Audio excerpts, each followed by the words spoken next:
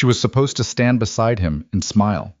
That was the only job they gave her. Smile, look beautiful, and pretend she didn't notice how the court whispered behind her back.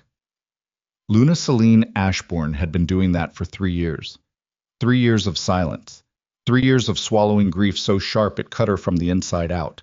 But tonight, across a ballroom full of silk and candlelight and lies, she saw the necklace. And every year of silence ended at once. Stay until the end, because what this woman does next will change everything. Hit that like button and drop your city in the comments.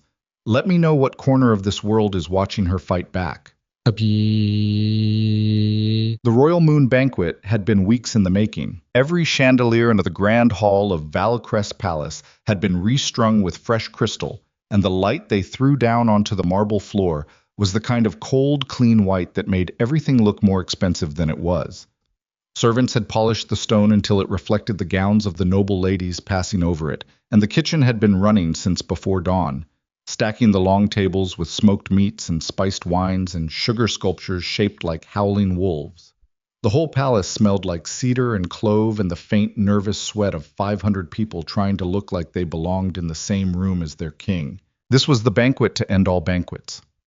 That was what the herald had declared from the eastern tower that morning, his voice carrying out across the frozen courtyards.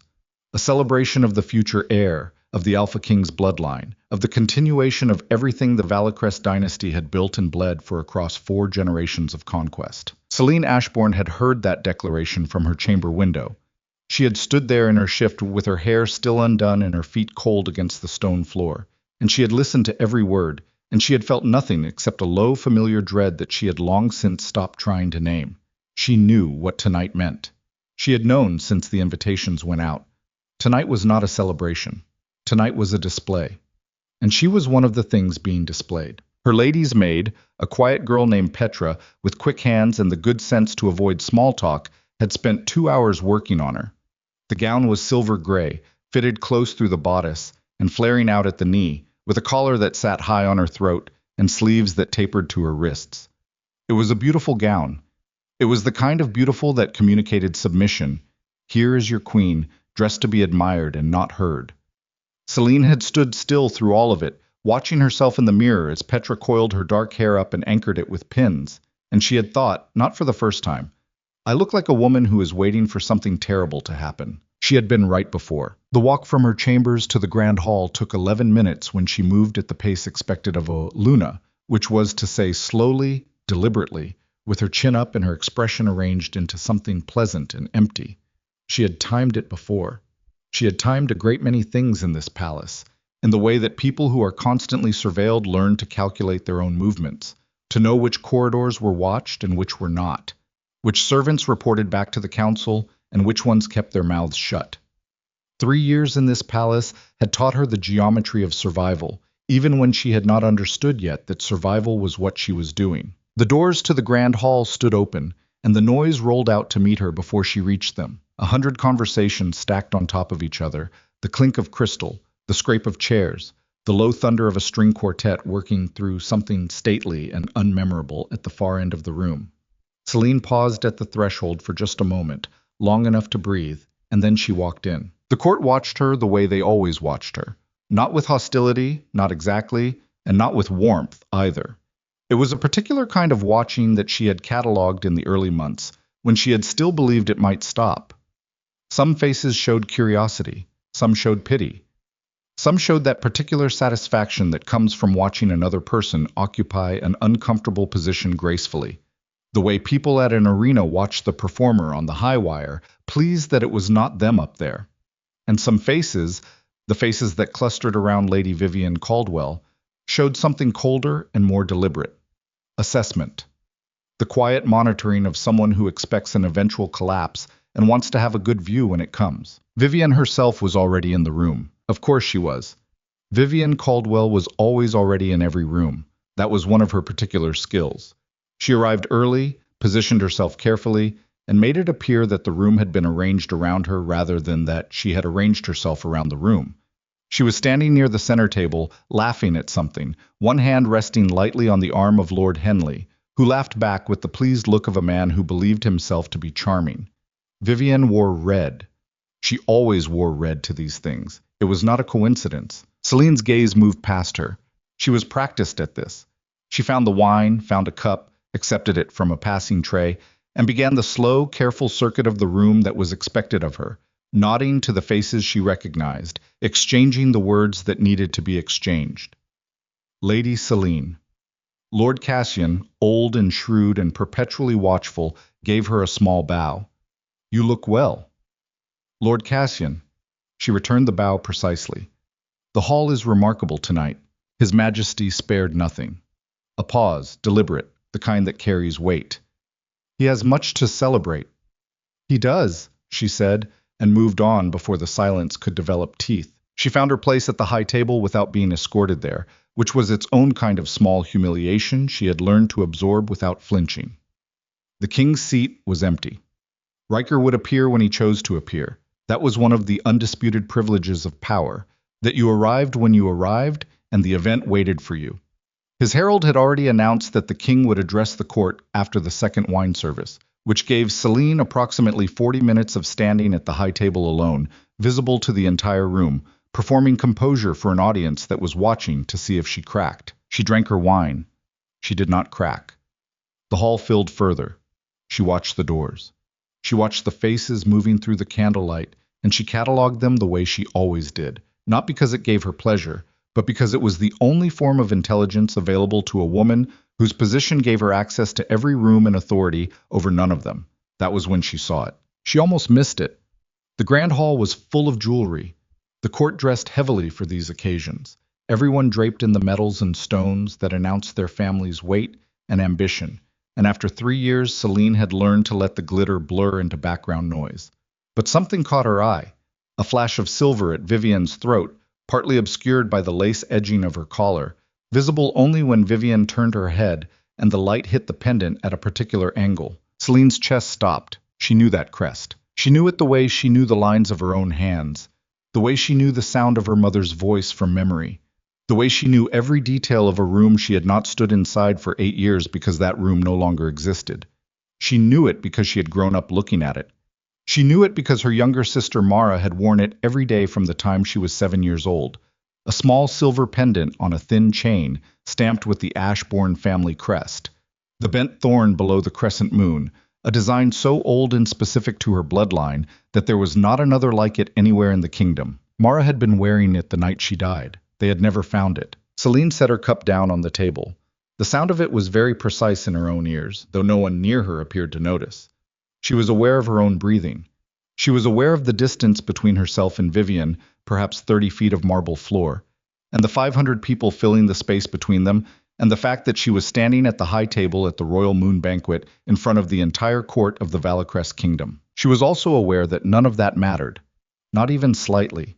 She moved off the high table dais without a word to anyone. One of the older council wives, Lady Marsh, turned to say something to her and got only the brush of silver-gray fabric as Celine passed. A young lord stepped back to make room and blinked in confusion. Celine walked straight and fast, and the path she was taking through the hall was not the social circuit, was not the gracious arc of a queen working the room. And she could feel people noticing, could feel the quality of the ambient noise shifting as a few heads turned, and none of it slowed her down by a single step. She covered the 30 feet in under 10 seconds. Her hand found Vivian's hair before Vivian had finished turning around. The grip was hard and deliberate, fingers closing around a fistful of those perfectly coiled auburn curls, and Celine yanked. Vivian's laugh cut off into a sharp shriek. Lord Henley stumbled backward, wine sloshing over his sleeve. Several glasses hit the floor in a cascade of shattering crystal, and the sound exploded through the nearest section of the hall like a starting pistol. "What?" Vivian gasped.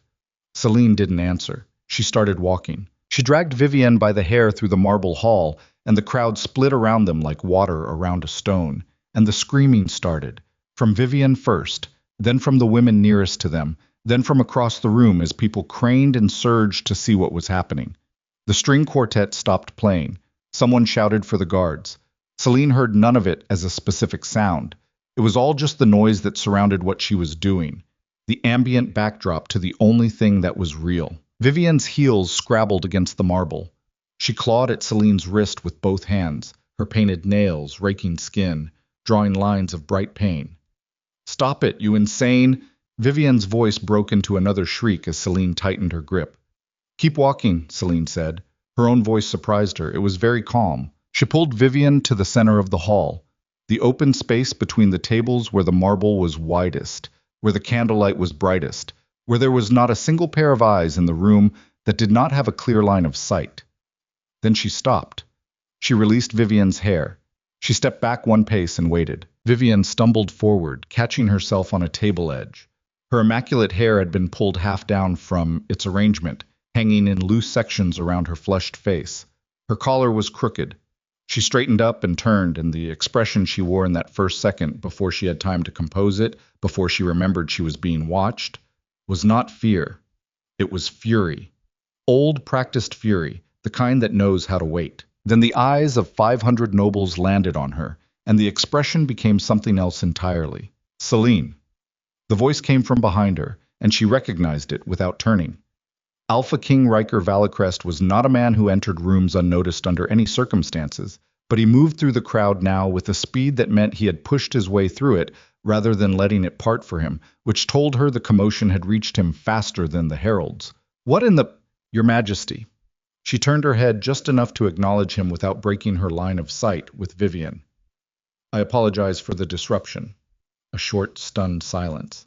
Then, "You're apologizing." "I am." The disruption was unavoidable. She looked back at Vivian. "The necklace." The word dropped into the room like a stone into still water, and the ripples went out in every direction.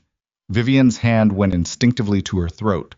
A small, involuntary motion, and a mistake, because every set of eyes in the hall followed it. "What necklace?" Vivian said. Her voice was already reshaping itself into something soft and confused and faintly wounded. Celine had heard that voice before, had watched it work on Riker's council, and on the older lords who liked women who seemed fragile. It was a remarkable instrument. "The one you're wearing," Celine said. "The one that belongs to my family. The one my sister Mara was wearing the night someone had her killed." The hall went absolutely still, not quiet. There were still small sounds, the shift of bodies, a sharp intake of breath from somewhere to the left, the distant clatter of something in the kitchens. But the human sound, the conversation and laughter and movement that had filled this room like weather, was gone. 500 people had stopped talking at once. Riker stepped up beside her. She could feel him in her peripheral vision, the particular size and heat of him, the Alpha King in full formal dress with the weight of his authority pressing outward in every direction. She had felt that weight for 3 years. Tonight, for the first time, it was pointed the same direction she was pointing. "Vivian," he said. One word, the king's voice. Vivian's expression completed its transformation. The fury was entirely gone now. What replaced it was a thing of real craftsmanship. Her eyes filled, her lower lip found the precise tremor that communicated distress without ugliness, and she pressed one hand to her collarbone in a gesture of injured innocence. "Your Majesty," she said, and her voice had gone soft and roughened as though she were fighting tears. I don't understand what's happening. I was simply standing. I was talking with Lord Henley, and she attacked me." "The necklace, Vivian." Celine's voice came out harder than she intended, but she did not soften it. "Take it off. Let him see the crest." "This was a gift." Vivian's hand closed around the pendant, covering it. "It was given to me—" "By whom?" Silence. "If it was a gift, you can say who gave it to you." Celine took one step forward, and Vivian took one step back, which was not the move of an innocent woman, and which several people in the front rows certainly noticed. "It has the Ashbourne crest on it. The bent thorn. My family's mark. There is not another piece of jewelry in this kingdom that carries that mark. So tell the king, who gave it to you." Vivian looked at Riker. Not at Celine. At Riker. And in that look was an entire conversation conducted in the language of their long history together, the years of his trust and her careful cultivation of it, the accumulated weight of every time he had taken her side or dismissed a concern or let her name carry further than it should have in his council chambers. "Riker," she said, dropping the formality with a deliberateness that Celine felt like a blade between the ribs. "Surely you don't believe—" "I haven't said what I believe," Riker said. "I asked you a question through my Luna. Answer it." The word, Luna, landed in the room. Celine heard it land. She heard the small shift in the ambient silence around them, the collective recalibration of 500 people deciding what weight to assign it, because there were those in this court who had spent 3 years treating that title as a technicality, as a diplomatic formality that Riker had granted out of obligation and could withdraw at will. Tonight he had said it in front of everyone. Tonight he had stood beside her. She did not know what it cost him to do it. She did not know, in that moment, if it was genuine or tactical or some exhausted compromise between the two. She filed the question away for later. Vivian's tears came then, properly, dramatically, rolling down her cheeks in a way that was timed almost perfectly, and when she spoke her voice had the roughened, broken quality of genuine grief rendered in theater. "I found it," she said, "years ago. On the road near Ashbourne after the incident. I didn't know what it was. I was young, I was traveling with my father's party. One of the servants found it in the dirt at the roadside and gave it to me, and I thought it was beautiful, and I didn't know." "You didn't know the Ashbourne crest," Celine said. "I was 50. You've been at this court for 9 years, Vivian. My family's crest has been on the wall of the East Corridor since before either of us arrived." Celine kept her voice level. She would not shout. She would not give the room the spectacle of a woman losing control. She had already given them the spectacle of a woman taking it, and that was a different thing entirely. "You've walked past it. You've dined under it. You know exactly whose mark that is." Vivienne shook her head. The tears kept coming. Some of the older noble wives in the crowd had begun to shift their weight, their expressions moving towards something sympathetic, and Celine watched it happen with a sensation she recognized as the specific despair of being right in a room that prefers to believe the more comfortable lie. "She attacked me," Vivian said, and her voice gained strength now, turning the wound outward. "She grabbed me in front of everyone. She dragged me across the floor. Your Majesty." And there it was again, the title restored now, Riker positioned as adjudicator rather than partner. "Is there to be no consequence for this? She could have injured me. She humiliated me before the entire court." Celine heard the murmur that moved through the crowd in response to this. She heard which direction it was moving. She had expected it. The court of Valicrest was not composed of stupid people, but it was composed of people with interests, and a great many of those interests were served by the stability of the current arrangement, which meant they were served by Vivian Caldwell's version of events. She was watching Riker. He stood very still.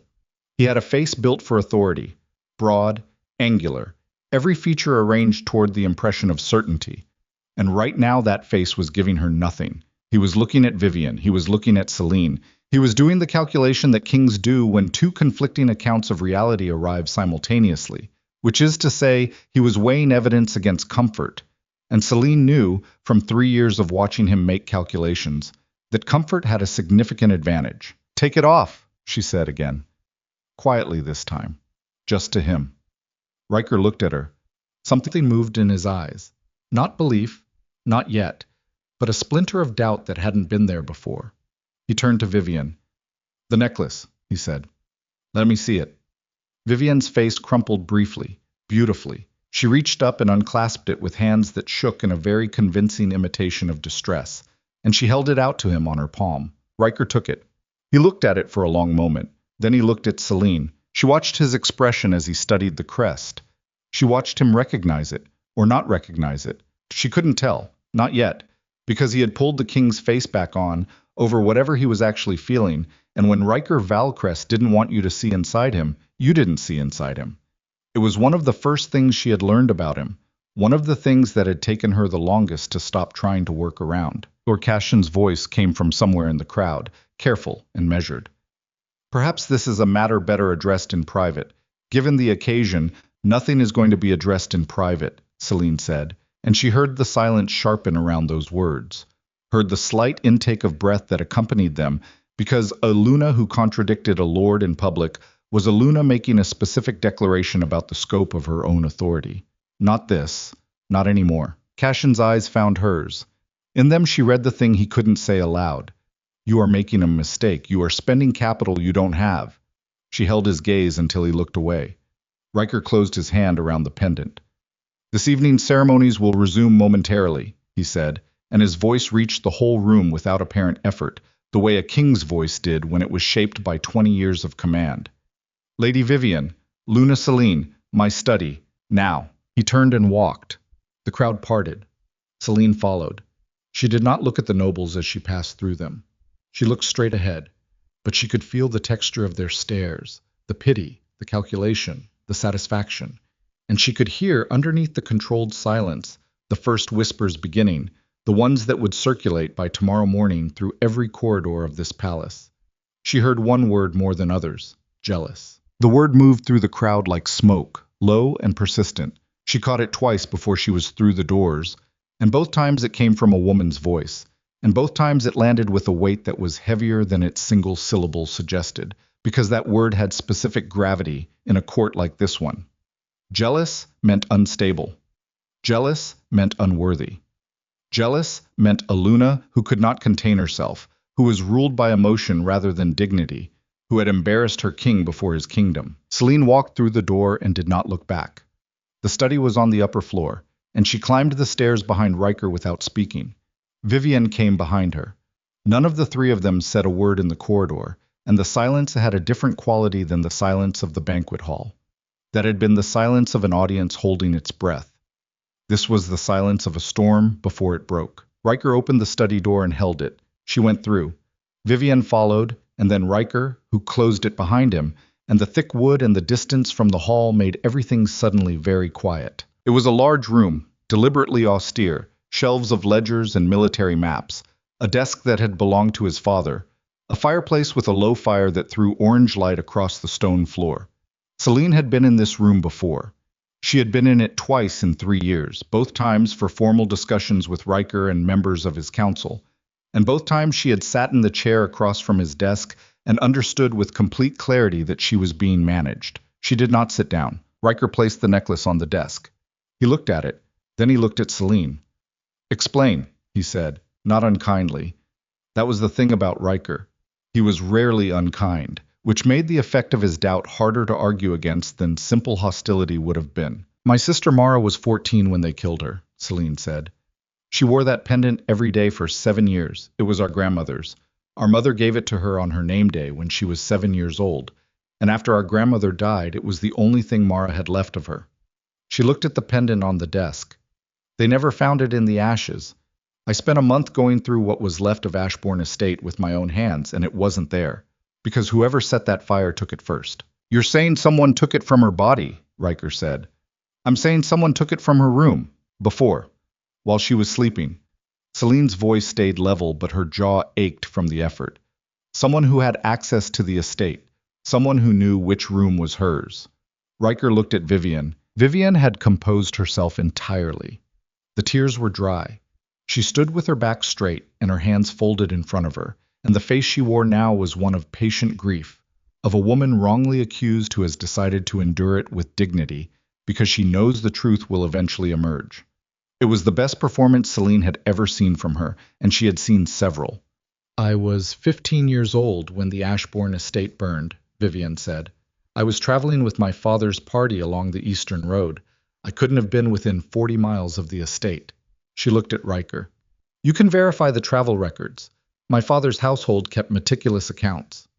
"Then one of your people picked it up afterward," Celine said. "A servant found something on the road and gave it to me. That's all I know." Vivian's eyes moved to Riker, steady, earnest. "Riker, you've known me for years. You know who I am. Does this seem like something I would have done?" Celine watched him. She watched the thing that happened in his face when Vivian said his name in that particular register. Not quite softening, not quite hardening, something more complex and more frustrating than either, the expression of a man who has invested enough in a version of the truth that revising it feels like an amputation. "The pendant was on the road," Riker said slowly. "It could have been lost in the chaos of the night, people fleeing, dropping things." "Mara didn't flee," Celine said. "She was 14 years old, and she was asleep when they came. She didn't have time to flee." Silence. "Celine," Riker's voice had taken on the tone she recognized from council meetings. Reasonable, measured, the tone that meant he was building toward a conclusion and wanted her to understand that the conclusion was inevitable. "I understand that this pendant carries enormous weight for you. I understand what you lost. But the leap from a piece of jewelry found on a road to a claim of what, exactly? That Vivian was involved in the attack on your family? That's an extraordinary... I'm not finished, Celine said. He stopped.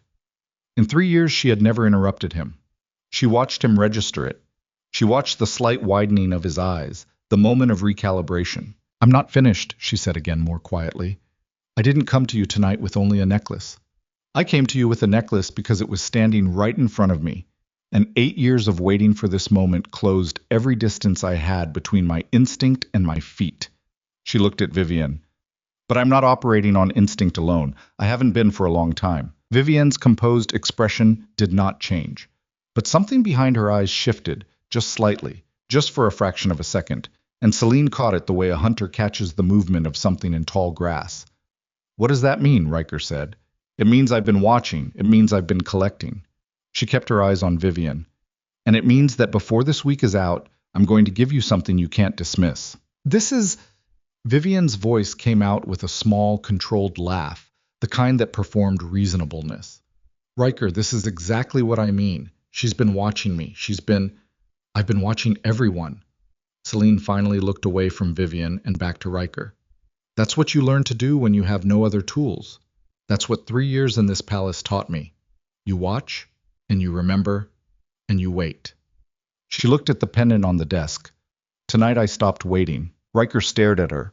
For the first time in 3 years, she felt as though he was actually looking at her. Not at the Luna, not at the political abstraction that occupied the Queen's chair at his table, but at the specific person standing in front of him, carrying the specific weight of a specific loss. She didn't know what he saw. She didn't know what he would do with it. Tonight's ceremony will proceed, he said finally. Vivian, you may return to the hall. Celine, a pause. You will also return. And this discussion will continue, at a time and place of my choosing. Vivian inclined her head. Her expression communicated gratitude with perfect restraint. She moved to the door, opened it, and was gone. And the door swung shut behind her with a precision that was itself a kind of statement. Celine stood in the middle of the room and looked at the necklace on the desk. Riker sat down. He leaned back in the chair that had belonged to his father, and he pressed one hand over his mouth. And he looked at the ceiling for a moment, the way a man does when he is trying to organize the contents of a room that has just been violently rearranged. You understand, he said, what you did in that hall? Yes. You understand what the court will say by morning? Yes. And you did it anyway. She looked at him. Mara would be 22 years old, she said. She would have been married by now. She would have had a house somewhere with a garden. She always said she wanted a garden. She used to draw them. Little maps of what they'd look like. She kept them in a book. She stopped. She had not intended to say any of that. She had intended to stay in the register of evidence and argument and controlled accusation, and she had failed, and she was not going to apologize for it. She was wearing that pendant when I said goodnight to her, 8 years ago. And tonight that pendant was in this palace around the throat of a woman who has never given me a reason to trust her, and has given me several reasons to doubt her, and I am not interested in protecting myself from the court's opinion of me more than I am interested in whatever truth that necklace leads to. Riker was quiet for a long moment. Go back to the hall, he said at last. His voice was not cold. It was not warm either. It was the voice of a man who was deciding something and was not yet done deciding it. Hold yourself together until the ceremony is finished. Then we'll talk. She picked up the pendant from his desk. He let her.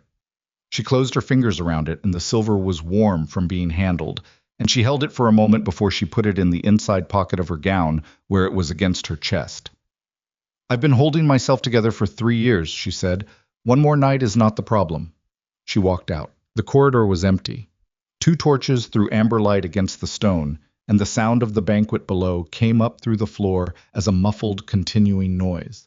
The court reassembling itself, the music starting again, the careful performance of normalcy that powerful people enact after an eruption.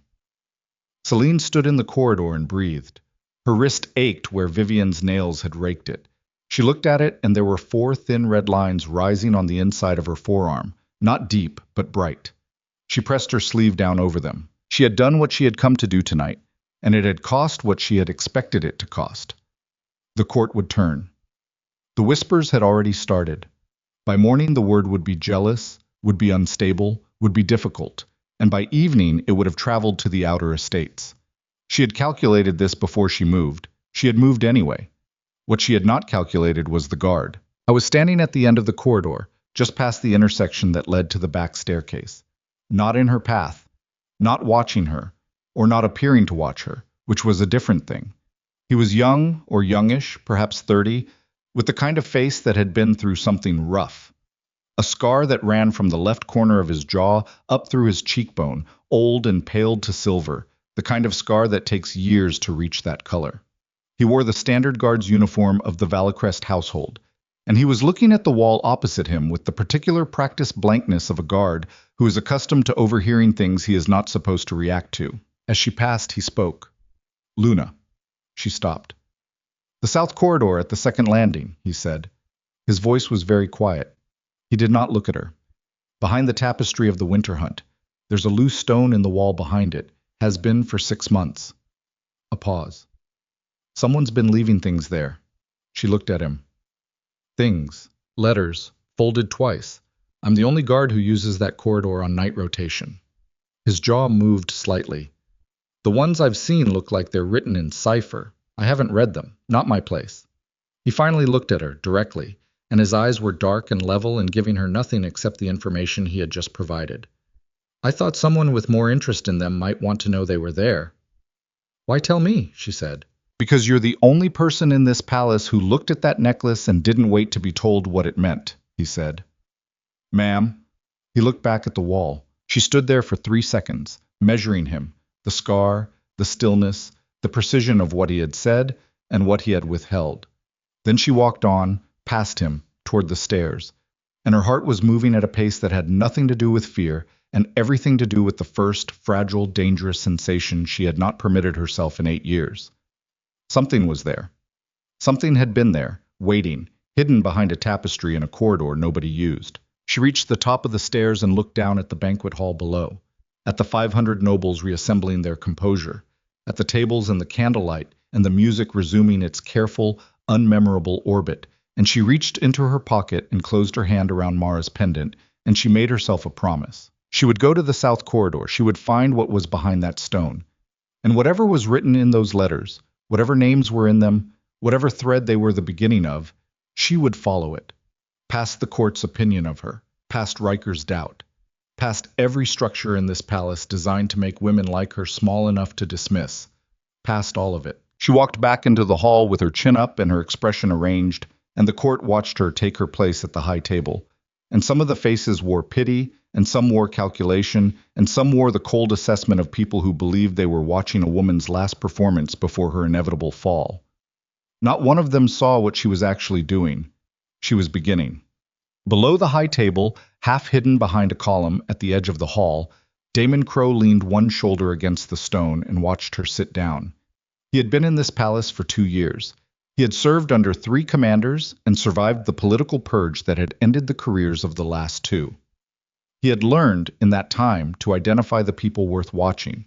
Not the powerful ones, not the obvious ones, but the ones who moved differently than everyone else, who counted things when they thought no one was looking, who were building something internal and precise and very, very patient. He watched her lift her wine cup and smile at something Lord Cassian said, and he thought about the letters behind the stone, the ones he had found and not read, the ones that had been accumulating for 6 months while he worked out who they were meant for. And then he looked across the hall to the table where Lady Vivian Caldwell sat, perfectly composed, surrounded by allies, and he thought about the other thing he had found.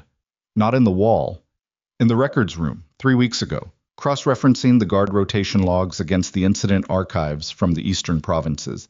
Because Damon Crow was thorough in the way that people who have survived certain things become thorough. He had found a name that appeared in the guard rotation logs from the night of the Ashbourne fire, and also appeared in the ledger of Vivian Caldwell's household accounts.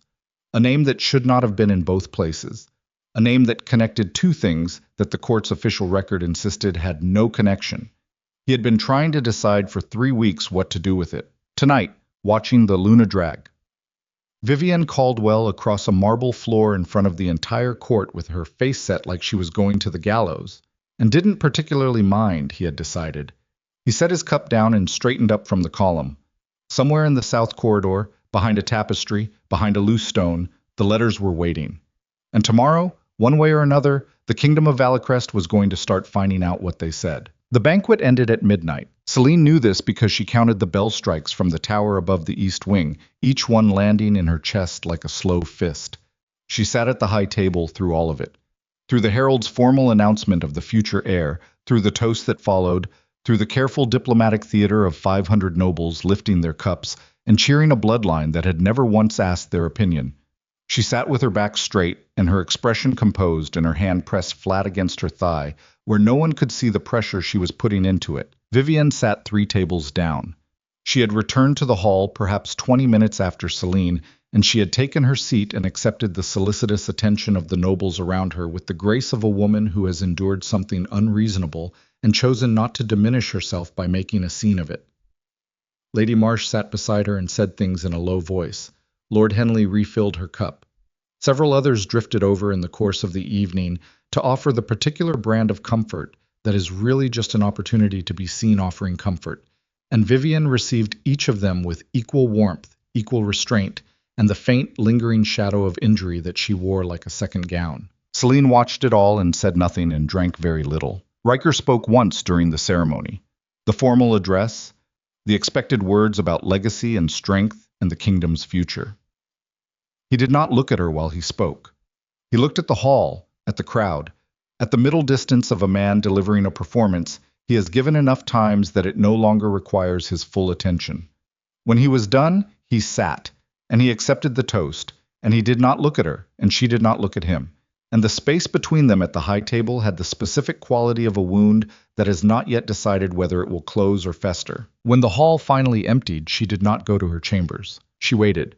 She moved through the thinning crowd with the appropriate farewells, the nods, and the brief, formal exchanges that protocol required, and she waited until the servants were extinguishing the outer candles, and the last of the nobles were drifting toward the corridor stairs. Then she took the long route, past the portrait gallery, through the servants' passage behind the second kitchen, up the narrow back staircase that the cleaning staff used in the morning. She had mapped this palace in her head 3 years ago, and she had kept the map current. She used it now. The south corridor was cold. It was always cold, she suspected, being set against the outer wall with no fireplace and only 2 narrow windows that were shuttered against the winter. The torches here burned low, maintained at the minimum required by the guard rotation schedule, which meant there were long sections of near dark between them. The tapestry of the winter hunt hung at the corridor's midpoint, a large piece, deep-colored, depicting a hunting party in the old style, with figures on horseback and hounds running before them. It was unremarkable. That was probably the point. She lifted the tapestry's edge. The stone behind it looked identical to every other stone in the wall. But when she ran her fingertips along the grout lines, she found it immediately. A section where the mortar had been removed and replaced with something that held under pressure but gave under a deliberate grip. She worked her fingers into the seam, pulled, and the stone came out in her hands. Behind it was a space perhaps the size of a bread box, and in that space, wrapped in a square of oilcloth, were the letters, 7 of them. She brought them to the torch nearest the window, held the first one to the light. The hand was small and cramped, the ink faded in places as though it had been written in poor conditions. The cipher was immediately apparent, not a simple substitution, something more structured than that, with numerical markers between words that suggested a key she didn't have. But names did not cipher easily, and she found one in the second letter, partially obscured but readable. Her stomach turned. She wrapped them back in the oilcloth and tucked them inside her gown. She replaced the stone and let the tapestry fall. She stood in the cold corridor for a moment, not moving, listening to the distant sounds of the palace settling for the night. She had expected this to be the beginning of a thread. She had not expected the thread to be this thick. "I wasn't sure you'd come tonight." She did not spin. She did not flinch. She turned around at the same pace she would have turned to greet a servant, controlled, measured, and found Damon Crowe standing 10 feet away in the torchlight. He was still in his guard's uniform, but his posture had changed from the deliberate blankness of the hall. He stood straight now, attentive, without the performance of not watching. His scar caught the torchlight on its high edge. "You waited," she said. "Yes." "Why?" He considered that for a moment. "Because you shouldn't be in this corridor alone at this hour," he said, "and because I thought you might have questions after you read them." "I can't read them. They're ciphered." "I know." He reached into his jacket and produced a folded piece of paper. The key's been in the record room for 2 years, filed under requisitions for the eastern provinces. I found it 3 weeks ago. He held it out. I didn't put it with the letters. I didn't think it was my decision to make. Who found the key? She looked at the paper. She looked at him. In the torchlight, his face gave her the same thing it had given her in the corridor earlier. Information, level, and deliberate, without performance.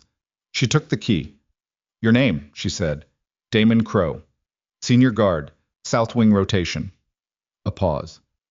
I served in the eastern provinces for 4 years before the king's household. I knew people in Ashbourne. Something cold moved through her. You knew people. Merchants. Farmers. People who bought and sold along the eastern road. His jaw tightened fractionally. People who were there that night and are not anymore. He looked at her steadily. I have my own reasons for wanting to know what those letters say. I'm telling you that because you should know it, not because I'm asking you for anything. Celine looked at him for a long moment.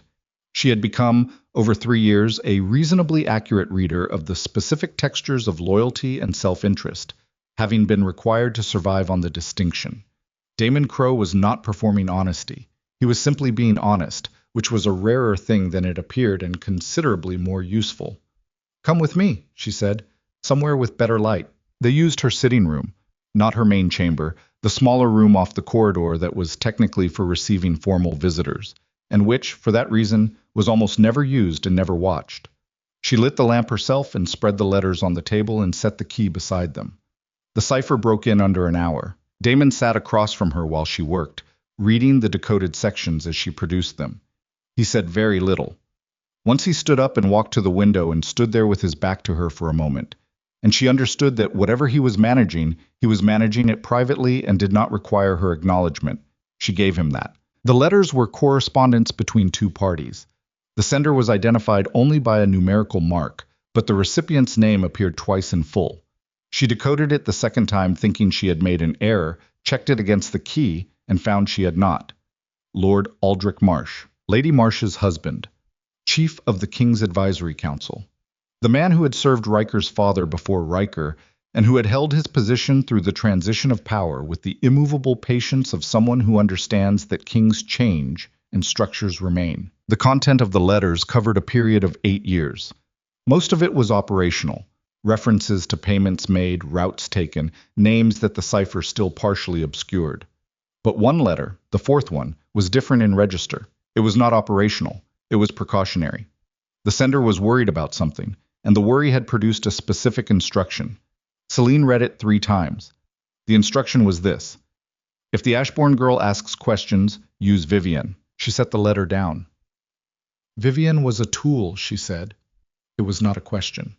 Damon turned from the window. He read the letter. He set it back down without a word. She didn't plan it, Celine said. She wasn't the origin. They used her because she was convenient, because she already had reason to want me destabilized. She looked at the letters spread across the table, 8 years of careful, methodical conspiracy compressed into cramped handwriting and numerical codes. Someone told her to take the necklace. Someone told her what it was worth to me and told her to keep it visible. Bait, Damon said. Or a provocation. Either way. She stopped. She pressed her hand flat on the table. Either way, there's someone above Vivian. There's always been someone above Vivienne. She looked at Lord Marsh's name written in her own decoded hand. 1 council member. But the letters referenced others, the numerical marks, the plural references to certain arrangements and agreements. Marsh was not working alone.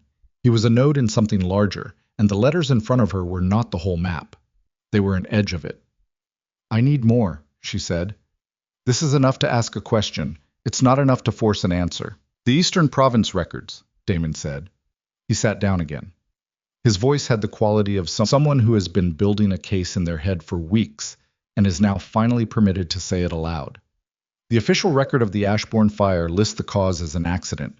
Lightning strike on the eastern granary, fire spread to the main estate. I've read it. I also served in the eastern provinces, and I know that the night your family's estate burned, the sky was clear. He looked at her. There were no storms in the east that week.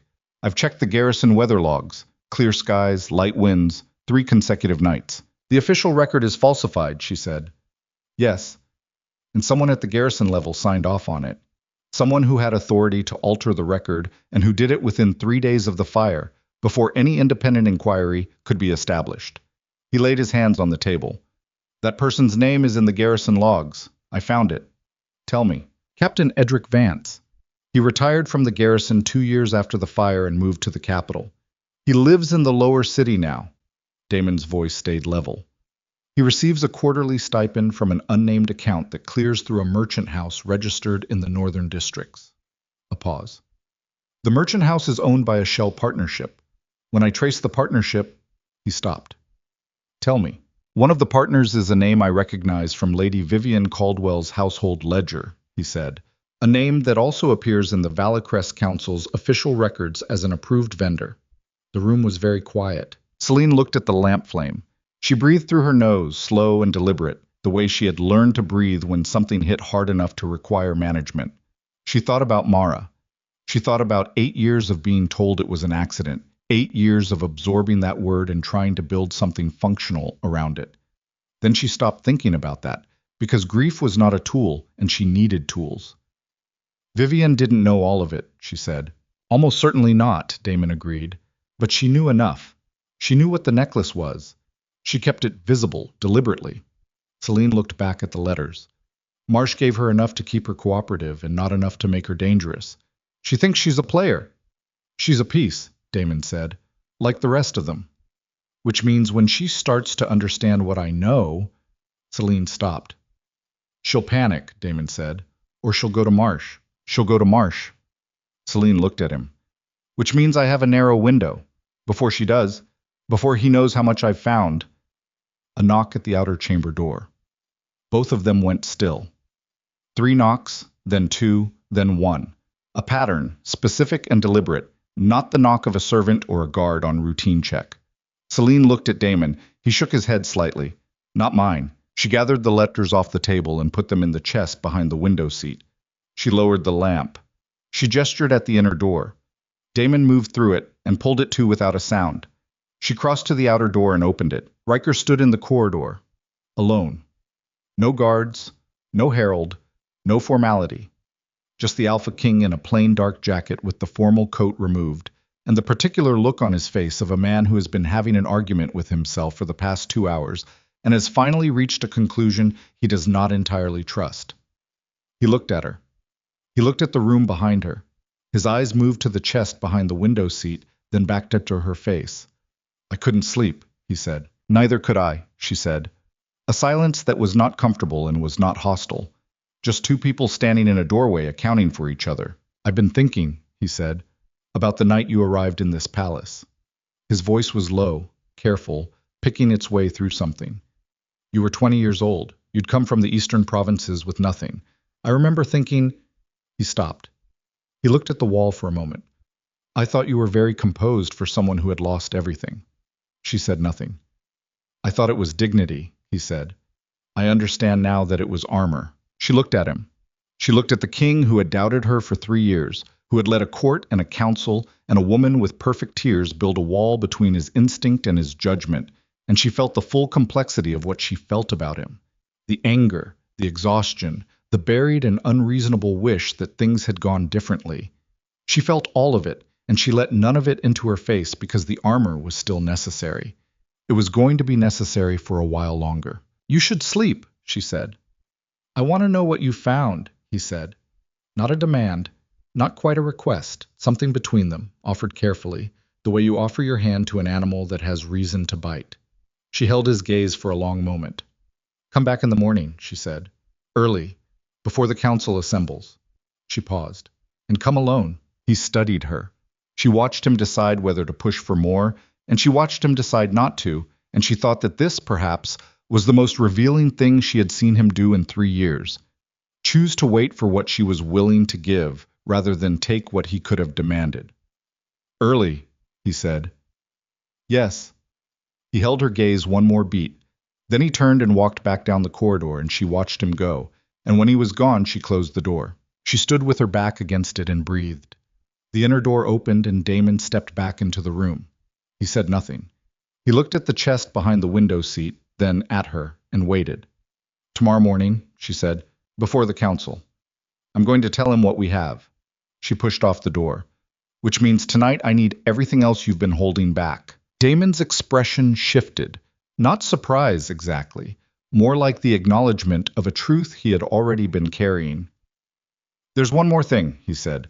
Something I haven't told you because I wasn't certain how far the reach went. He looked at her steadily. The name in Vivian's ledger. The one that connects to the merchant house and Captain Vance and the stipend. He stopped. Say it, she said. It belongs to someone on the royal household staff, he said. Someone who has had access to the king's private correspondence for the past 4 years. He looked at her. Someone who would have known every move you made from the day you arrived. The lamp between them threw his scar in sharp relief and put most of his face in shadow, and the room felt suddenly very small. Who? She said. He told her, and the name he said changed everything. The name was Counselor Bevan Holt. Celine stood in the middle of the room and let the name settle into her, the way cold water settles into stone, slowly, thoroughly, finding every crack. Bevan Holt, Riker's personal secretary. The man who drafted the king's correspondence, who managed his schedule, who sat outside the council chamber every morning and controlled, with the quiet authority of proximity, who got access and when. The man who had been in that position for 4 years.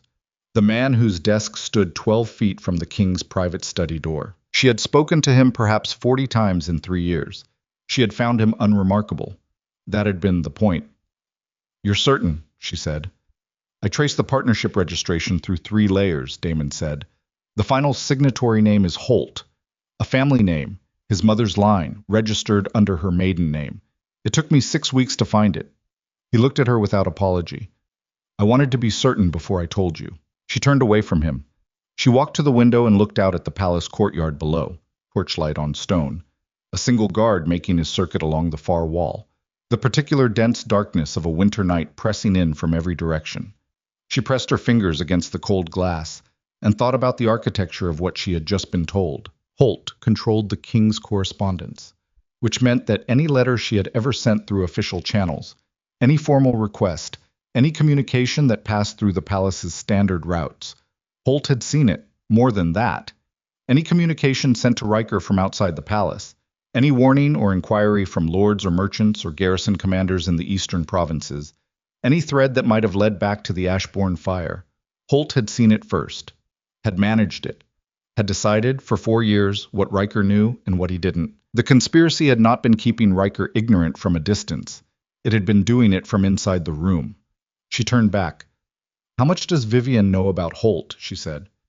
I don't think she knows his name, Damon said. She knows there's a structure above Marsh. She's too careful not to understand that. But I think she was deliberately kept from the specifics. He folded his hands on the table. Marsh is the layer between them. Vivian knows Marsh. Marsh knows Holt. Holt knows whoever's above Holt, Celine said.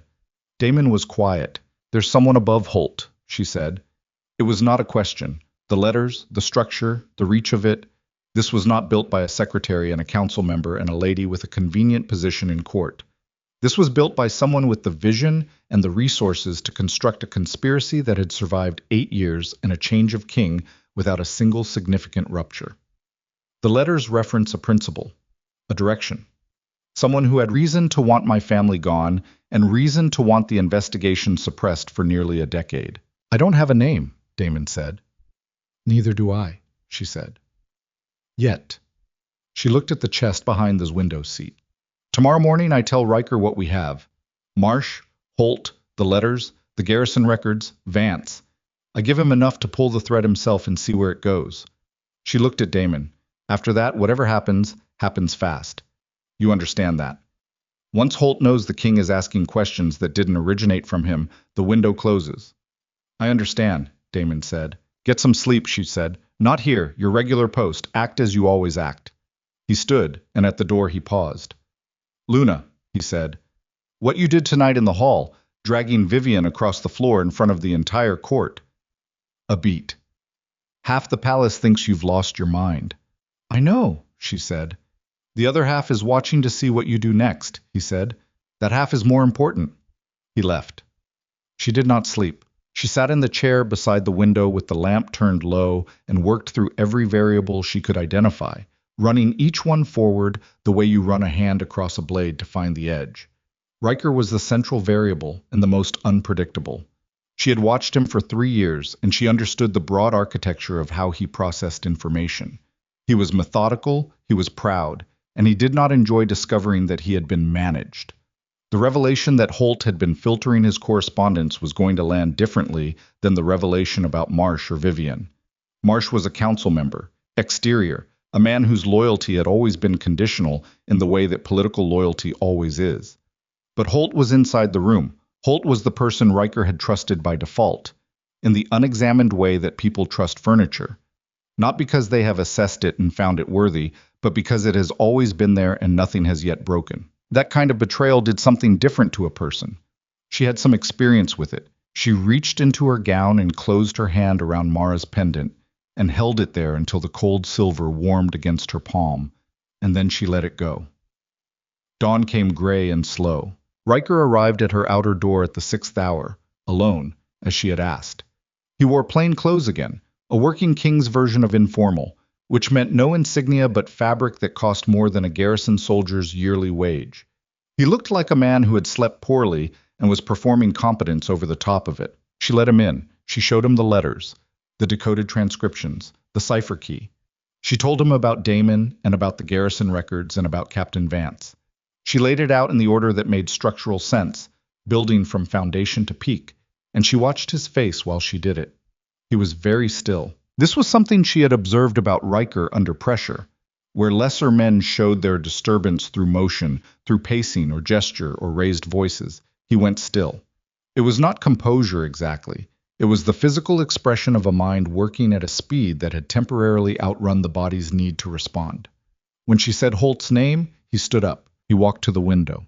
He stood there with his back to her, the same way Damon had stood there the night before, and she gave him the same thing she had given Damon: silence, space, the dignity of processing something privately. He stood there for a long time. 4 years, he said. His voice was very flat. At minimum, she said. The first letter we have predates Holt's appointment by 2 years, which suggests the structure was in place before him. He may have been recruited into it, or he may have been placed deliberately. Placed. Riker turned around. His face had done something she had not seen it do before. The authority was still there, the structural certainty of a man accustomed to being the heaviest weight in any room, but underneath it was something that looked almost like disorientation.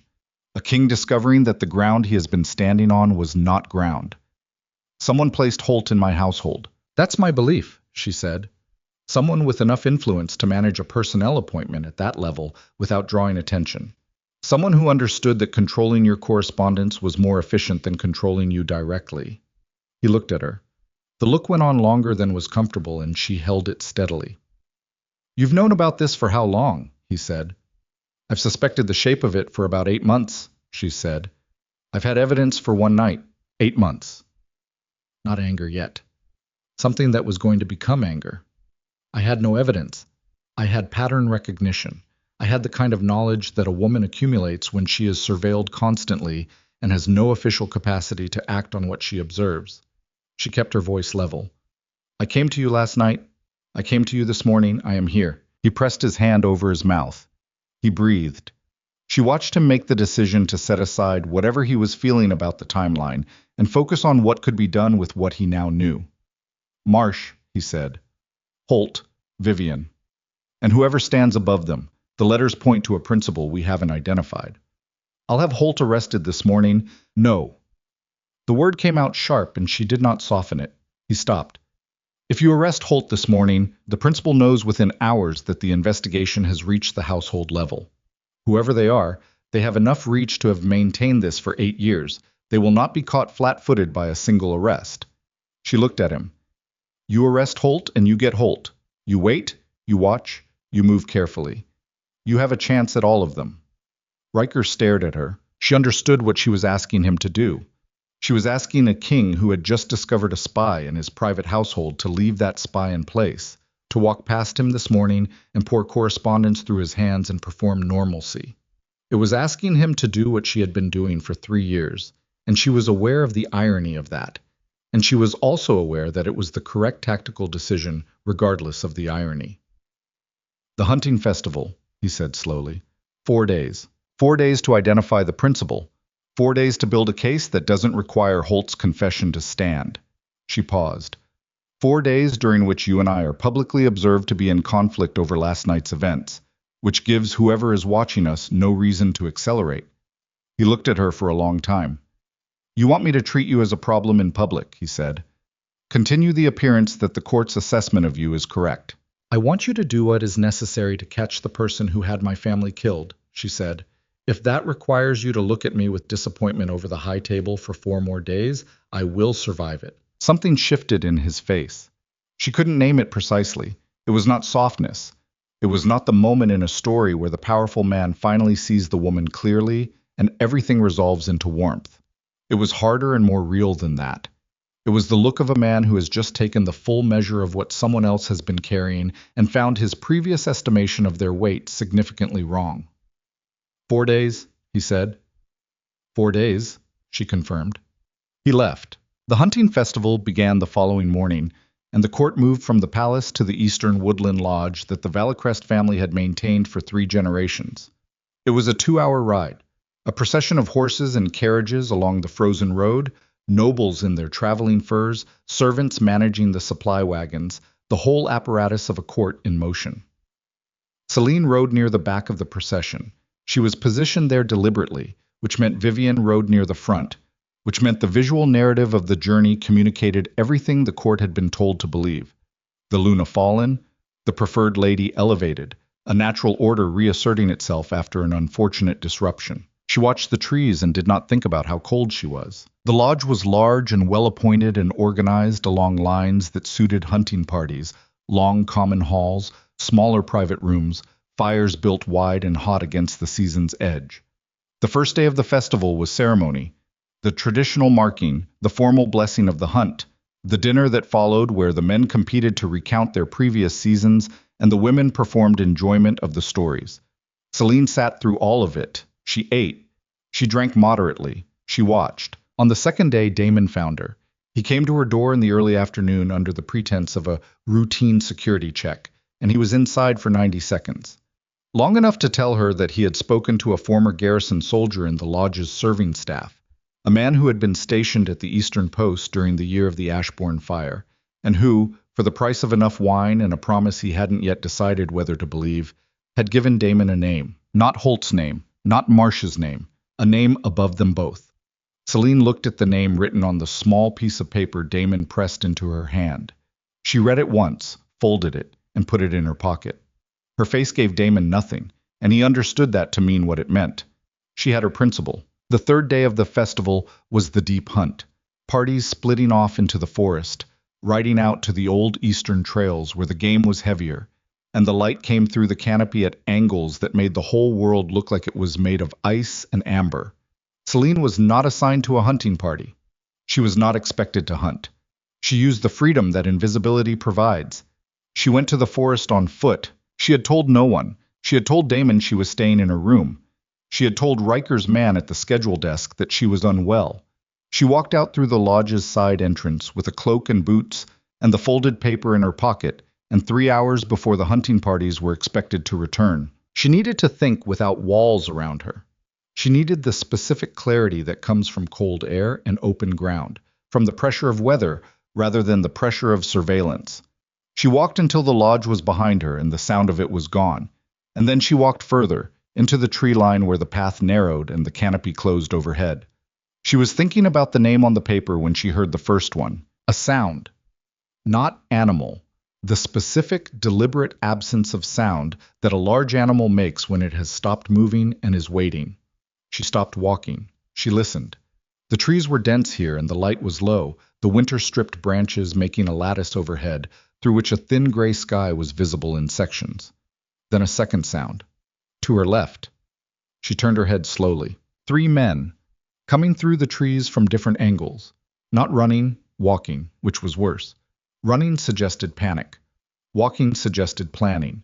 They wore no livery she recognized, and they carried short blades, and the one in the center met her eyes with the particular expression of a man who is doing a job and would prefer to finish it without difficulty.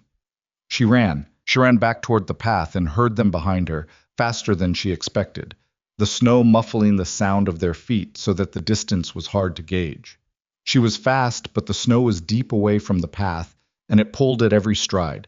And there was a moment, a very clear, very cold moment, where she understood with absolute certainty that she was not going to outrun three men in open woodland. She changed direction. She went deeper into the trees instead of toward the lodge, cutting left, using the dense growth to break their line of sight. She heard one of them curse. She heard them split.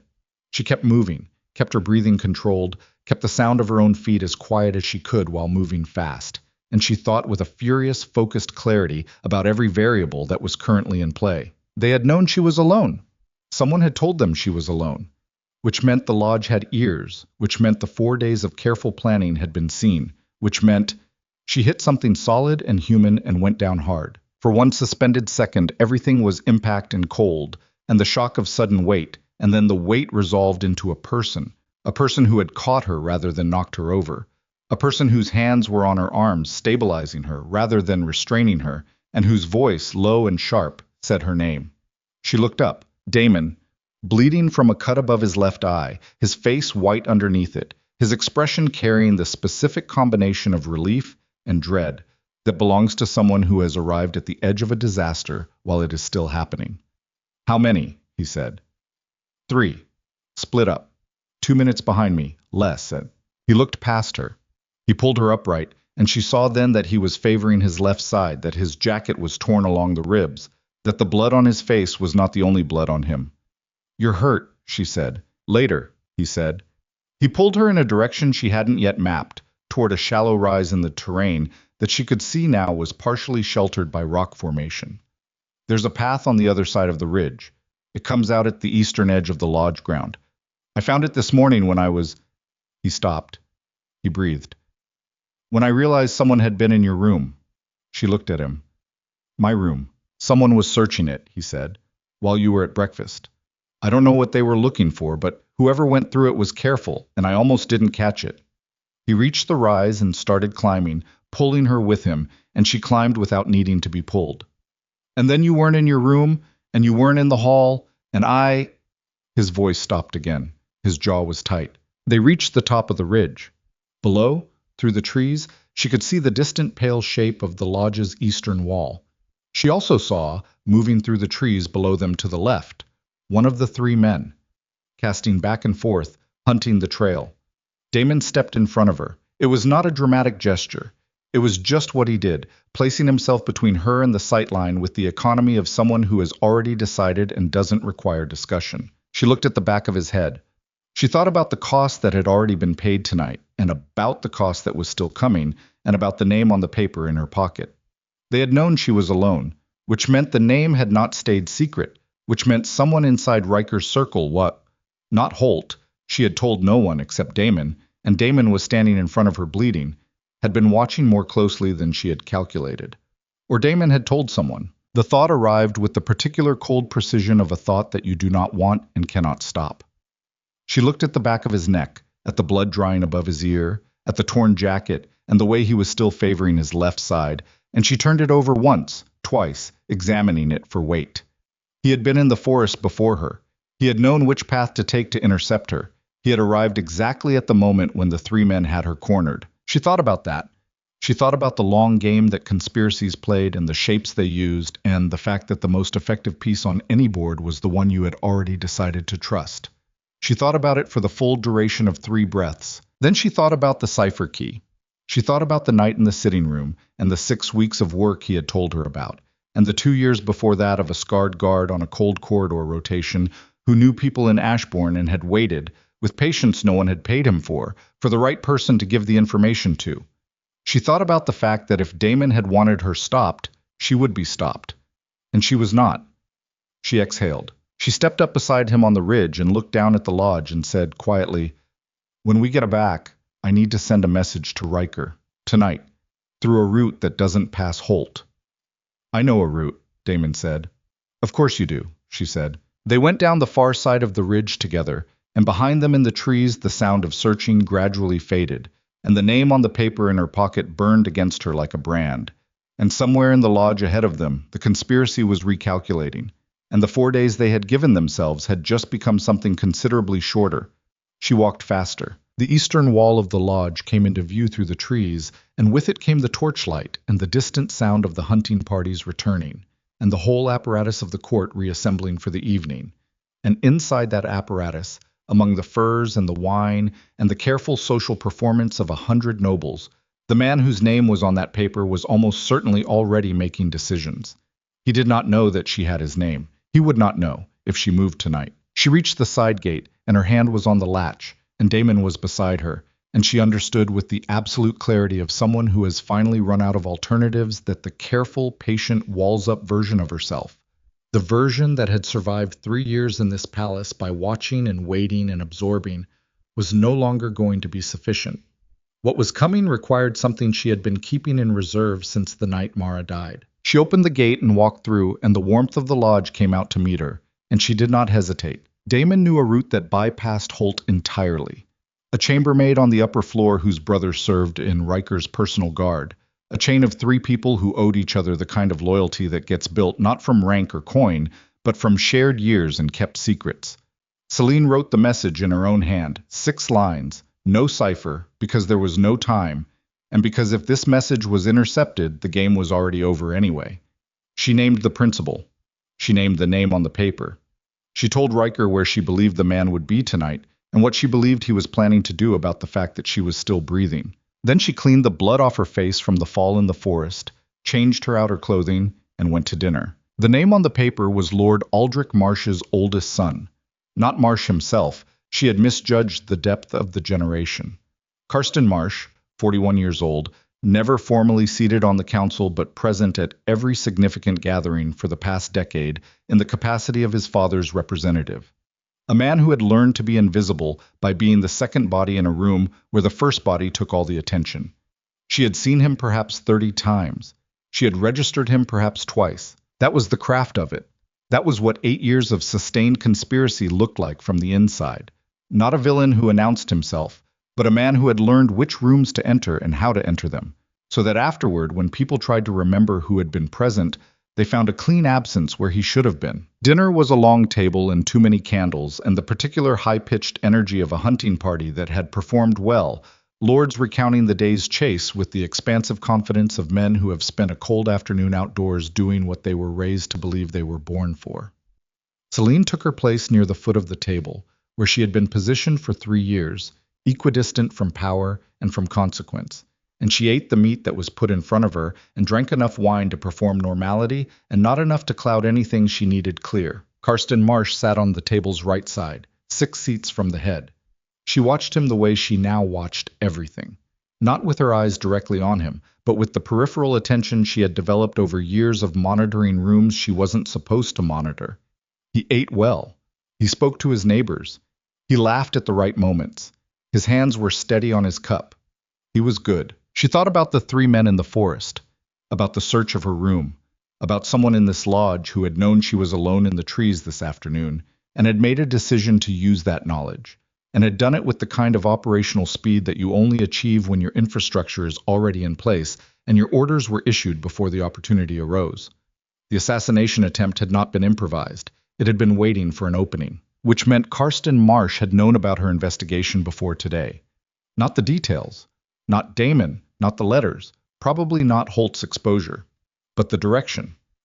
He had known she was moving, and he had prepared a response. Someone in the lodge had told him she was alone today. She looked at the table. She looked at the faces. She did not know which one yet. She set it aside because she could not solve it tonight, and she needed to focus on what she could solve. Riker sat at the head of the table. He had not looked at her directly since she sat down, which was consistent with the performance they had agreed to maintain. But twice in the course of the meal, she had felt his attention move across her and register something. A small shift in the quality of his stillness, a fraction of tension in the line of his jaw. He had received the message.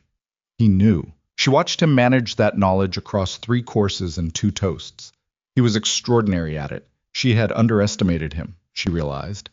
Not his power, She had never underestimated his power. But his capacity for discipline when discipline cost him something.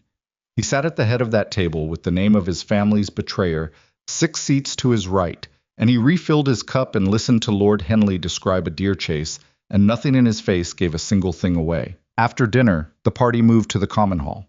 More wine, more fire, the gradual dispersal that happened in the later hours of these events as people divided into smaller groups or drifted toward their rooms.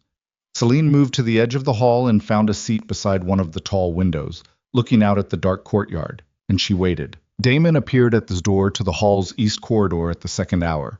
He caught her eye, a single, direct look, nothing more, and then he was gone. She rose. She followed. The east corridor led to the lodge's lower storage rooms, and from there to the outer service yard. Damon was waiting at the first turn, and Riker was with him. Not in formal dress, the plain dark jacket again, the kind of deliberate anonymity that a king adopts when he wants to move without his office preceding him.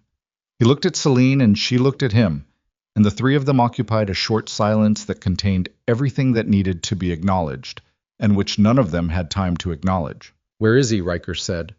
"His room is on the upper floor," Damon said. "But he left the hall 10 minutes ago and didn't go up." He looked at Celine. "He went toward the east wing." "The records room," Celine said immediately. Riker looked at her. "The hunting lodge has a records annex," she said. "Eastern administrative correspondence, property deeds, garrison reports from the outlying provinces. It's where the lodge keeps the original copies of Eastern jurisdiction records." She held his gaze. "If he knows his name is exposed, he won't run yet. He'll try to destroy the documentation that connects him to the garrison records first. The originals." Riker was already moving. The east wing corridor was long and cold, and lit by single torches set far apart, and the three of them moved fast through it without speaking. Celine's heart was doing something uncomfortable against her ribs, and she breathed through it, controlled, forcing her attention forward and external rather than inward. There was no value in feeling it right now. There was only the corridor and what was at the end of it. The records annex door was wood-framed, set back slightly from the corridor wall. A thin line of light showed at the base of it. Riker put his hand on the door and pushed it open and walked in. Karsten Marsh looked up from the desk. He had a leather satchel open in front of him and 3 ledgers stacked beside it, and a sheaf of loose papers in his hand, and for one frozen second the tableau held king, guard, queen, traitor, the low lamplight making everyone's face the same flat amber, the same sharp shadow. Then Marsh's face did something she had not expected. It didn't fall. It didn't crumple into the expression she had imagined for this moment across years of waiting. Not panic, not desperation, not the performed innocence of a man still trying to construct a defense. His face settled, like a man who has been carrying a heavy thing for a very long time and has finally set it down. "Your Majesty," he said. His voice was even. "Step away from the desk," Riker said. Marsh set the papers down. He stepped away.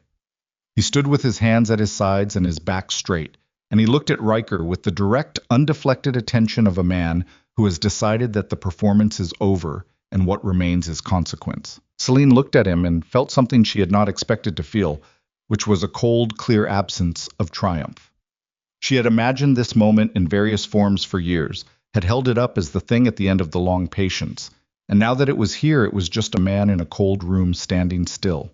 It was smaller than the damage he had done. It was always smaller. "Bevan Holt," Riker said. "Lord Marsh. Vivian Caldwell. Your people." "Some of them," Marsh said. The admission landed in the room with a weight that Celine felt in her chest. "Ashbourne," Riker said. His voice had gone flat in the way that something goes flat when the temperature drops below a certain point. Not louder, not harder, just stripped. "The fire." Marsh was quiet for a moment. "Yes." Riker's jaw moved, a single contraction. "Why?" "Because your father was going to give Lord Ashbourne the Eastern Jurisdiction Command," Marsh said. "The full command, which would have given Ashbourne the Eastern Garrison, the Eastern trade routes, and a direct channel to the king that bypassed this family's influence entirely." He looked at Riker without apology. "My father built 20 years of management of the Eastern provinces. 20 years of strategic placement and careful investment. Lord Ashbourne was going to inherit all of it in one appointment because he married well and your father liked his face." Silence. "So you burned them," Celine said. The words came out level, and she was grateful for that, because below the level she was somewhere else entirely, somewhere very old and very dark, a 14-year-old girl's room in a house that no longer stood. You burned an estate, you killed a family, because a man was going to be given a command your father wanted. Marsh looked at her. I was 23 years old, he said. My father gave the order. I carried the logistics. I have spent 20 years. I don't want your accounting, she said. I have the documents. He looked at the satchel on the desk, then back at her. Something in his expression shifted.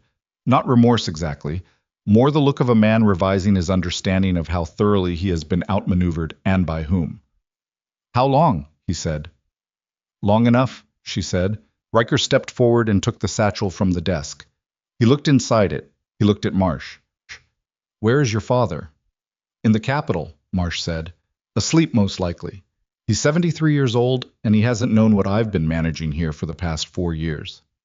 A pause. That's the truth. I stopped telling him after Holt was placed.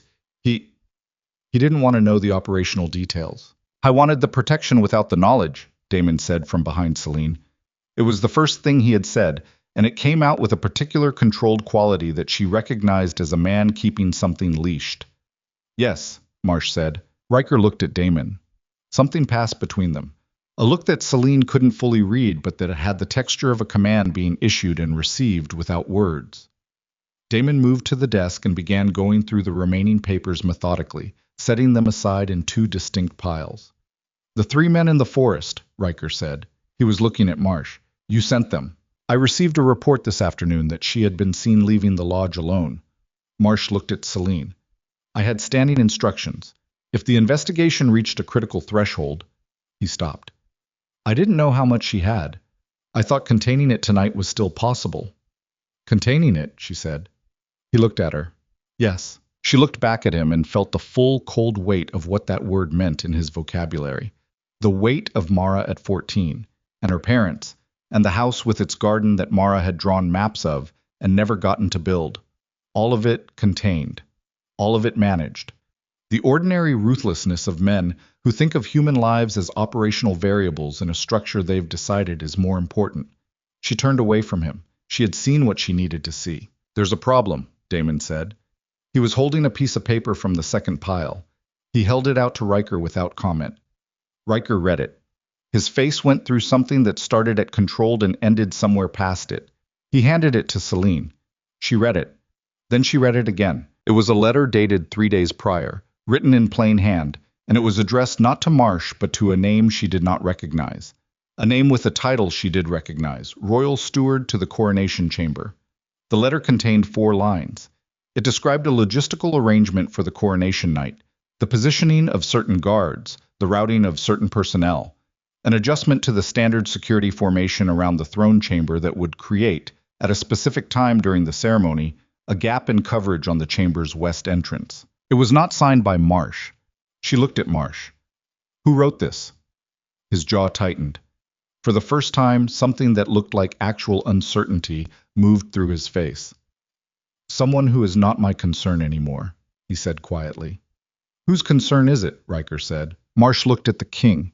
In the look was the specific texture of a man who has just drawn the line he won't cross even now, not because he has principles left worth defending, but because the person on the other side of that line is someone he is genuinely afraid of.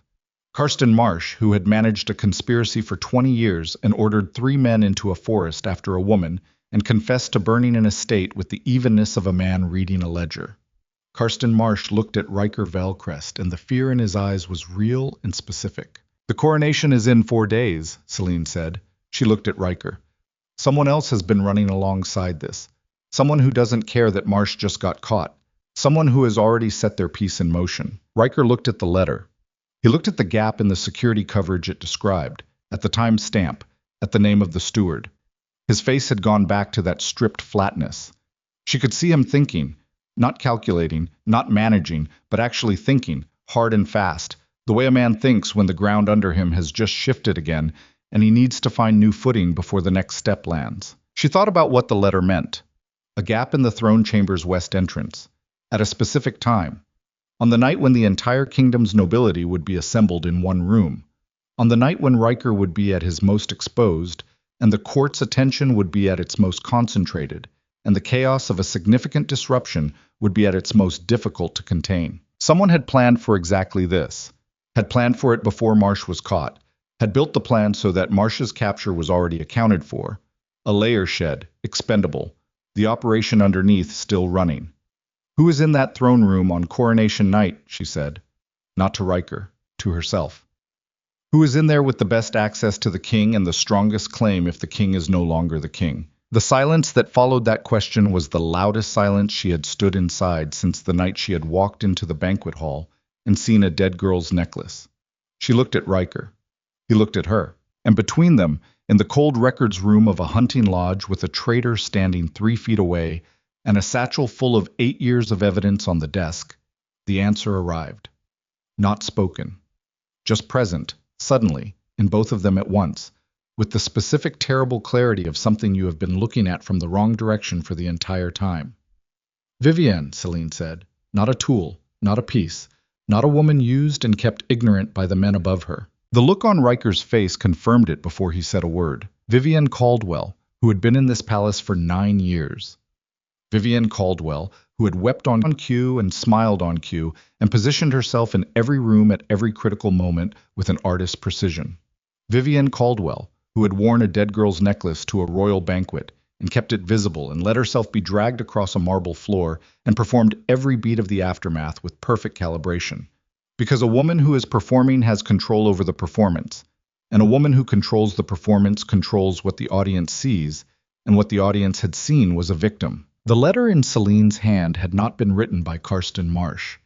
The handwriting was small and deliberate, and she looked at it now with new eyes and thought about every document she had ever seen, across the high table, every formal correspondence, every scheduled notation in the particular careful hand of a woman who had spent 9 years ensuring that every king's ear and every council eye eventually found its way back to her. The coronation was in 4 days. Vivienne was already inside the chamber, and the guard formation on the west entrance was already changed. Celine looked at the letter in her hand and felt something she had not felt since she was 20 years old and standing at the edge of a blackened foundation where her family's house had been.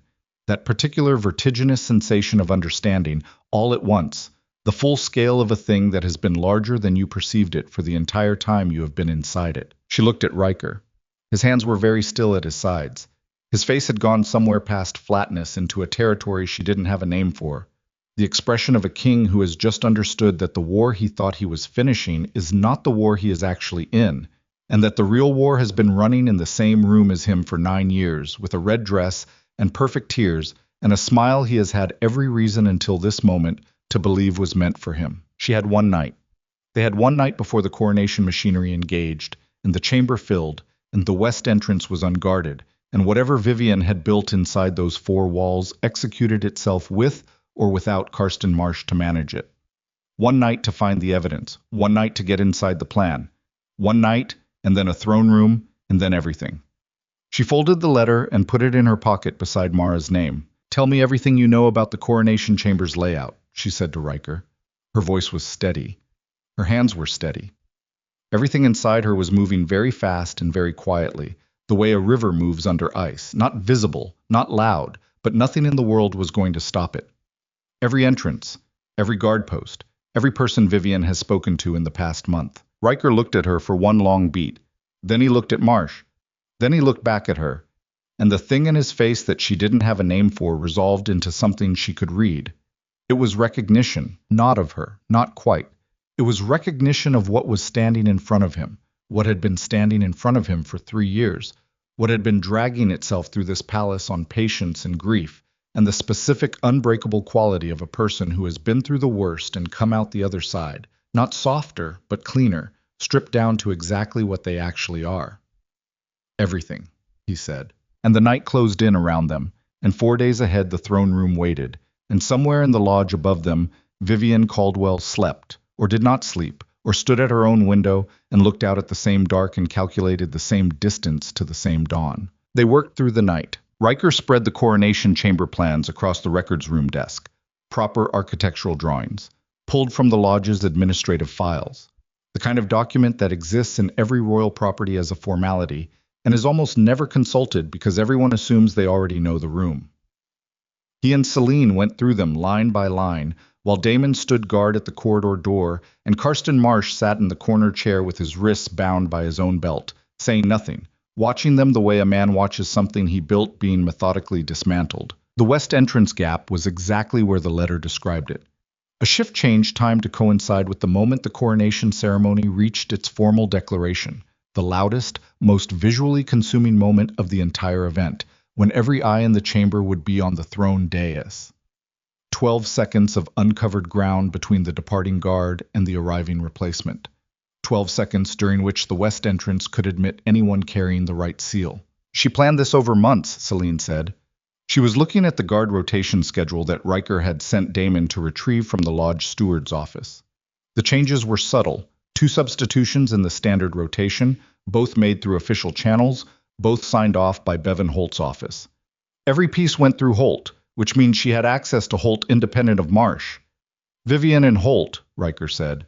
Holt was Marsh's placement, but Vivian cultivated him separately. She looked at Riker. She's been running 2 tracks simultaneously. Marsh's track, the Eastern Conspiracy, the old history, the protection structure, and her own track, which she built alongside it and which was always pointed at something Marsh wasn't pointed at. The throne, Riker said. The throne, she confirmed. She thought about the architecture of it. Vivian had spent 9 years in this palace performing the role of trusted confidant, of beautiful and useful ally, of the woman the court believed the king preferred. She had let that belief do its work. She had used Marsh's conspiracy as cover, his people, his routes, his money, while building something underneath it that was entirely her own.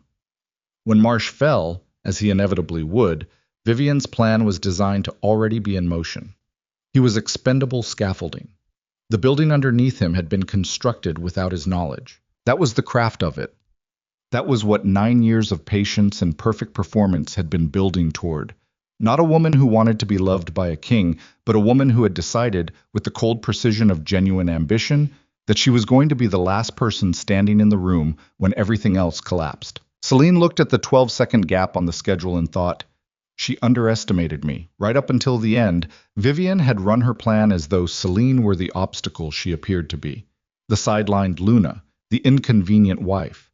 The woman the court had already decided was jealous and unstable and not worth accounting for. Even the assassination attempt in the forest had been Marsh's response, not Vivian's. Vivian had not ordered her killed. Vivian had been managing her, the same way you manage a problem that you expect to resolve itself. That was the miscalculation. They rode back to the capital before dawn. Riker sent Marsh under guard through a secondary route. 4 men he trusted in the specific way that a king trusts people when trust has just been demonstrated to be a finite and carefully rationed resource. Men whose histories he had personal knowledge of, whose loyalties ran to him rather than to the council structure. He sent a separate rider ahead with sealed orders that would reach the capital's garrison commander 6 hours before the coronation ceremony began. Celine rode beside Riker. Not behind him, not ahead, beside him, which was where she had always been entitled to ride, and which neither of them remarked upon, because there were larger things requiring their attention, and because some corrections don't need to be announced to be real. They did not speak much on the road. There was the cold and the pace, and the particular focused silence of 2 people moving toward a thing they have decided to do and conserving themselves for it. Once, in the middle section of the ride where the road ran through open country and the sky was beginning to lighten to the east, Riker said her name. She looked at him. Whatever happens today, he said. He stopped. He looked at the road ahead for a moment, and she watched him find the words or fail to find them, and she waited. I should have known, he said finally. 3 years ago. I should have looked harder at the things that didn't add up. She held his gaze for a moment. Then she looked forward. You were managing a kingdom, she said, and someone who was very good at managing what you saw. That's not absolution, he said. No, she agreed. It's not. But it's true. He was quiet for a moment. After today, she said, and the words were an acknowledgement and a boundary both, because there were things between them that deserved more than a conversation on horseback in the pre-dawn cold, and she was not going to give them less than they deserved. After today, he nodded. She looked forward, and they rode.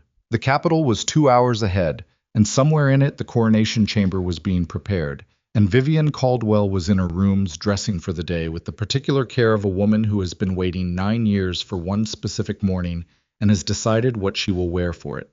The coronation ceremony began at the third hour past midday. The throne chamber of Valicrest Palace was the largest interior space in the kingdom, a room built not for habitation, but for the specific purpose of making human beings feel the weight of institutional power pressing down from above. The ceiling was 40 feet high.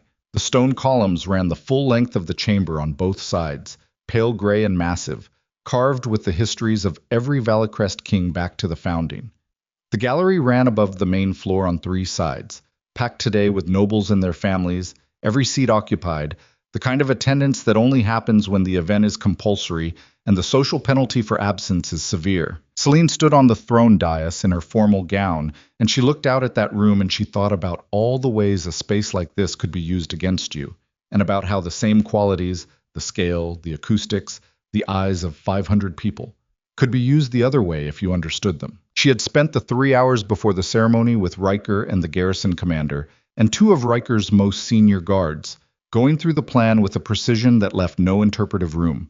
Every guard position adjusted. The west entrance covered by men Riker had personally cleared, men whose rotation assignments had been changed this morning through channels that Holt, currently confined to his chambers under guard, could not access. The letter from Vivian to the coronation steward had been copied, the original secured, the steward himself quietly interviewed and found to be an unwitting participant who had processed the rotation change as standard administrative procedure and understood nothing of its purpose. Vivian stood in the front row of the noble assembly, dressed in deep crimson, as composed and precise as she had been at every event Celine had observed her at for 3 years. She was watching the dais. Her face showed appropriate ceremony, gravity, a restrained pride, the expression of a woman witnessing a moment of historical significance, not a line out of place. Celine looked at her for a long moment. She thought about 9 years. She thought about the patience that required, not the patience of endurance, which she understood from her own experience, but the patience of construction, of daily adding. One more brick to a structure you intend to stand in eventually, smiling at the people around you while you lay the foundation under their feet. She thought about what it cost a person to live that way, what it did to the interior of a human being over 9 years of sustained performance, and she found that she did not have a simple feeling about it, not triumph, not pity, something more complicated, the recognition of a real capability directed at a real horror, the understanding that the same quality of mind that built the thing in front of her could have built something else entirely, and chose not to. The ceremony proceeded. At its third stage, precisely when the formal declaration was set to begin, Celine stepped forward. She did not wait for a signal. She did not look at Riker for permission.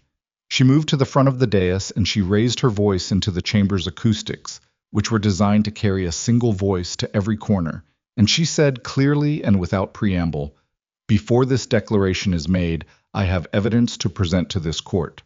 The chamber went still. She had felt that stillness before. She had created it once already in this palace, in the banquet hall, with her hands in another woman's hair. This stillness was different, bigger, more formal, carrying the weight of the occasion it was interrupting. 500 people stopped breathing in something close to unison, and the quality of their attention was absolute. She looked at Vivian. Vivian looked back at her. In the first second, just the first, before the performance reasserted itself, Celine saw it. The calculation. The rapid, precise assessment of a mind working through variables at speed, deciding which instrument to reach for. And underneath the calculation, very briefly, something else. Something that was not fear of consequence, but something older and less manageable. The specific look of a person who has been seen, actually seen, and knows it. Then the performance came back, smooth and immediate. Confusion, concern, the slight parting of lips that communicated innocent bewilderment at an unexpected disruption. "Lady Vivian Caldwell," Celine said. Her voice was steady, and she kept it level, not loud, because she did not need volume in this room. She needed clarity. "I have a letter written in your hand, addressed to the coronation steward, describing a deliberate alteration to the chamber's guard rotation. I have 8 years of correspondence linking the Marsh family's Eastern conspiracy to the death of my family. I have payment records connecting your household accounts to Bevan Holt. And I have the testimony of Captain Edric Vance, formerly of the Eastern Garrison, who has spent the past 2 days in conversation with officers of the Crown. She paused. I have all of it, she said. Every thread, every name, every payment, and every letter, and every falsified record from the night they burned Ashbourne Estate to the guard. Change you filed 3 days ago. She held Vivian's gaze across the full length of the chamber. It is over. The silence lasted perhaps 4 seconds. Then Vivian moved, not toward the door. She was too intelligent for that, knew the exits were covered, had read the room the moment Celine stepped forward, and understood what the changed guard positions meant. She moved toward the dais. She moved fast and with the specific directional purpose of someone who has decided that if the long game is finished, the only remaining move is the short one. And she had something in her hand, a blade, short, the kind carried in a sleeve, the kind that a woman carries for years as insurance against the moment she hopes never arrives. The chamber erupted, screaming from the gallery. Movement from the guards at the chamber perimeter. Too far, too many people, between them and the dais. Vivian covered the distance with a speed that came from 9 years of knowing this room and knowing exactly where the gaps were. And she reached the dais steps, and she looked at Celine with an expression that had finally dropped every instrument of performance and showed the raw architecture underneath. Not madness, not hysteria, but the cold, focused rage of a woman who had spent 9 years building something and was watching it come apart, and had decided that if she was going down, she was not going down alone. Everything I did, Vivian said, and her voice was very quiet, audible only to the front rows and the dais. I did because I was better than you, better than any of them. I was always better, and this kingdom would have been... Riker stepped in front of Celine. He moved without announcement or drama, simply put himself between her and the blade, and the movement was so completely without performance that it landed in the room differently than a grand gesture would have. Not theatrical, not calculated for the audience. Just a man moving to cover his wife, because that was what he had decided to do. Celine felt it as a physical fact before she processed it as anything else. The warmth and solidity of him. The specific weight of the choice. Vivian's arm came up. Riker caught her wrist. He caught it with his right hand and held it, and Vivian fought the grip for 3 hard seconds, actually fought it, with a desperation that was the only truly unmanaged thing Celine had ever seen from her. And then the guards reached the dais and it was over. 2 men. Vivian's arm brought down, the blade taken, her wrists held. The chamber was noise now. Voices, movement, the gallery above, alive with the specific electric chaos of people witnessing something that will be described for the rest of their lives. Vivian looked at Riker. Her expression had one more thing left in it. Not a performance, not a calculation, just a woman looking at the thing she had wanted for 9 years and understanding, in the precise and irreversible way that you understand a door closing, that she would never have it. You were never going to choose me, she said. Not once, in 9 years. Riker looked at her for a moment. When he spoke, his voice was not angry. It was the voice of a man who is finished with something. No, he said. I wasn't. The guards took her. She did not resist further. She walked out of the throne chamber between 2 men with her back straight and her chin level, and the crowd parted before her and closed behind her, and she was gone. The chamber took a long time to settle. There were people to be addressed, records to be entered, the formal mechanics of a court processing an event it had not been prepared for. Riker managed it with the precision of a man who has had the ground shift under him more than once in the past week, and has gotten better at finding his feet. He spoke to the chamber, clearly, directly, without the smoothing language of political management, and told them what had happened and what would follow, and the nobility of Valicrest listened with the particular stunned attention of people who are recalibrating their understanding of everything they thought they knew about the past 9 years. Celine stood beside him while he spoke. She did not perform composure. She simply stood, because she was not performing anything anymore, and had not been for some time, and the relief of that, the specific, exhausted relief of a person who has been armored for so long that the armor has become invisible even to themselves, and who is now finally setting it down, was not dramatic. It was quiet. It was the quietest thing she had felt in years. When it was done and the chamber was finally emptying, she found Damon at the west entrance, standing exactly where he had positioned himself before the ceremony, where she had told him to stand, his face carrying its usual levelness, and beneath it something that was not quite satisfaction, but was in that territory. Vance's testimony, she said. It held. Every word, he said. Marsh confirmed the Eastern Garrison record in the early hours this morning. There's enough for a full judicial proceeding. She looked at him. The scar along his jaw caught the chamber light at the same angle it had caught the torchlight in the cold corridor where they had first spoken, and she thought about the long patience of him, 2 years of waiting, of a scarred guard on a low corridor rotation who knew people in Ashbourne and kept the information until he found the right person to give it to. That was its own kind of courage, the kind that doesn't announce itself, the kind that looks like nothing until the moment it becomes everything. "Commander," she said. He looked at her. "Of the Royal Guard," she said. "When Riker makes the appointments, I will be recommending you." He was quiet for a moment. "Luna." "You kept the letters," she said. "You kept the keys separate. You stood in a forest bleeding and put yourself between me and the sight line without being asked." She held his gaze. "This kingdom needs people who do those things. We have had enough of people who don't." He looked at her for a long moment with that level expression. Then he gave her a short nod. Not the nod of a subordinate accepting an order, but the nod of one person acknowledging another, the specific compact of two people who have been through something together and come out the other side with their accounts settled. She left him at the west entrance and walked through the emptying chamber, past the pale stone columns and the high-carved histories of every Valacrest king, and she thought about all the things that would need to happen now. The judicial proceedings, the dissolution of the council's compromised membership, the eastern provinces, which had been managed under a false structure for 20 years and would need to be rebuilt from the ground up with people who had not been placed there by the Marsh family's careful hand. The garrison records corrected. The official account of the Ashbourne fire corrected. Mara's name, in the record, as what she was, a 14-year-old girl who had been killed, not a casualty of an accident, not a footnote, but a name. That last thing was the one she stopped for. Just briefly, in the middle of the emptying throne chamber, with the light coming down through the high windows in long pale columns, and the last of the nobles filing out through the main doors, she stopped and stood still and reached into the pocket of her gown and closed her hand around the pendant. The silver was warm now, had been warm for days, from being against her. She thought about Mara drawing maps of gardens she never got to build. She thought about the 22-year-old woman Mara would have been, the house, the garden, the life. She held it in her mind for a moment without trying to manage it, without the armor, without the calculation of what she could afford to feel and when.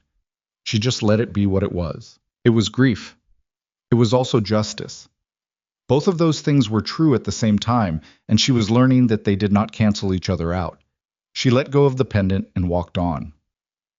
Riker found her in the East Garden an hour later. It was a small space, more private than formal, enclosed on 3 sides by the palace's inner wall, a bare-limbed tree at the center, stone benches along the low hedge that in spring would be green but was now winter-stripped and honest about what it was.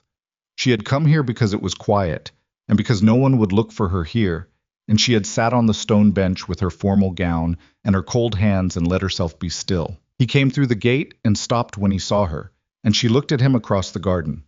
He looked tired in the way that people look tired when they have been holding a great deal together through force of will for a very long time, and the force of will has finally been released. Not diminished, not broken. Just a man who has been very tightly held and is beginning to understand that he can loosen. He sat down on the bench beside her, not across from her. Beside her close enough that she was aware of the warmth of him in the cold air. Neither of them spoke for a while. "The council appointments," he said finally. "I want your involvement. Direct formal involvement. Not consultation. Not advisory." He looked at her. "The eastern provinces. The judicial proceedings. The reconstruction." He paused. "All of it." She looked at the bare tree. "That's a significant offer." "It's not an offer," he said. "It's a correction." He was quiet for a moment. "I gave you a title and then managed you out of everything the title was supposed to mean. I told myself it was the political situation, the council's sensitivities, the required pace of change." He looked forward. "It was easier than looking at what I was actually doing." She sat with that. She had waited 3 years to hear something in that territory, had imagined variations of it in the long nights when the patience wore thin and the anger had nowhere to go, and now that it was here she found it was not the thing she had needed it to be. Not because it was insufficient, it was more direct than she had expected, but because she had already done the work of not needing it. She had stopped waiting for it somewhere in the south corridor with a cipher key in her hand, and a scarred guard at her back, and a conspiracy to dismantle. She had moved forward without it. That was the thing about surviving a very long patience. You changed inside it, and the changes didn't reverse when the waiting ended. "I know," she said. He looked at her. "I know what you were doing," she said. "I knew at the time. I made a calculation that the evidence was more important than the fight, and I made it every day for 3 years, and some of those days it was the right call, and some of those days it was the only call I had." She looked at him. "I am not the same person I was when I arrived in this palace. Neither are you. What we build from here has to account for that." He looked at her for a long moment. The winter light was low and gray, and it fell on his face without flattery, and showed what was there, the authority, and under it the man, and under the man the specific, irreducible quality of someone who has just lost several of the things he believed he understood, and is choosing to stand in that loss rather than construct a replacement. "Then tell me," he said, "what you need, not what the politics require, what you need." She thought about that. "Truth in the record," she said, Mara's name formally. "The Ashbourne account corrected in the official history of this kingdom." "Done." "Damon Crowe as commander of the Royal Guard." "Done." "And time," she said. "Not everything repairs at the same speed. I will not pretend otherwise, and I will not be asked to." She looked at him. "Some things we will need to build slowly. I am willing to build them." He was quiet for a moment. Then he said, "That's more than I deserve." "Probably," she said. "I'm not doing it because you deserve it. I'm doing it because this kingdom needs it, and because I have spent 3 years learning that the most dangerous thing in any empire is not the enemy outside the walls. It's the rot inside them that everyone has agreed not to name." She looked forward. "I'm going to spend the rest of my life naming things." He almost smiled. It was a tired expression, worn at the edges, but it was real. The first thing she had seen from him in days that was not managed or performed or constructed for an audience. "I know," he said. "I'm counting on it." They sat in the winter garden until the light began to fail, and neither of them filled the silence unnecessarily, and the cold settled in gradually, the way cold does when you have stopped noticing it. And somewhere in the palace behind them, the work of reconstruction was already beginning. The interrogations, the records, the long and unglamorous process of repairing what conspiracy had corroded over nearly a decade. It was not a clean ending. Real things never were. There would be proceedings that dragged across months, and council members who hedged, and lesser co-conspirators who bargained, and days when the evidence that had seemed so clear in a cold records room would be contested by expensive advocates in formal chambers. There would be nights when the grief came back without warning, and the pendant was cold and the garden was empty, and the work of it felt very far from finished. There were things between her and Riker that would need to be built with patience, real patience, the working kind rather than the survival kind, and some of it would hold and some of it would need to be done twice. But the lie at the center of everything was broken. Mara's name would be in the record. The men who had made the decisions in an Eastern study 23 years ago, the Marsh family, the structure above it, every hand that had touched the order, would stand before a court that was no longer their instrument. That was the foundation. Everything else was what you built on it. She stood, eventually, and Riker stood with her, and they walked back through the gate together, back toward the lit windows of the palace where the work was waiting. She did not reach for his hand, and he did not reach for hers, and that was right. Not cold, not distant, just honest about where they were and what the next part required. At the gate she stopped and looked back at the garden. The bare tree at the center, the stone bench, the last of the gray light going out of the sky above the inner wall. She thought, Mara would have liked a garden like this, small and enclosed and honest about the season. She thought, I will make sure someone plants something here in spring. Then she turned and walked through the gate and did not look back again, because there was a kingdom ahead of her that needed remaking, and she had spent long enough looking at the ground behind her. She walked toward the light,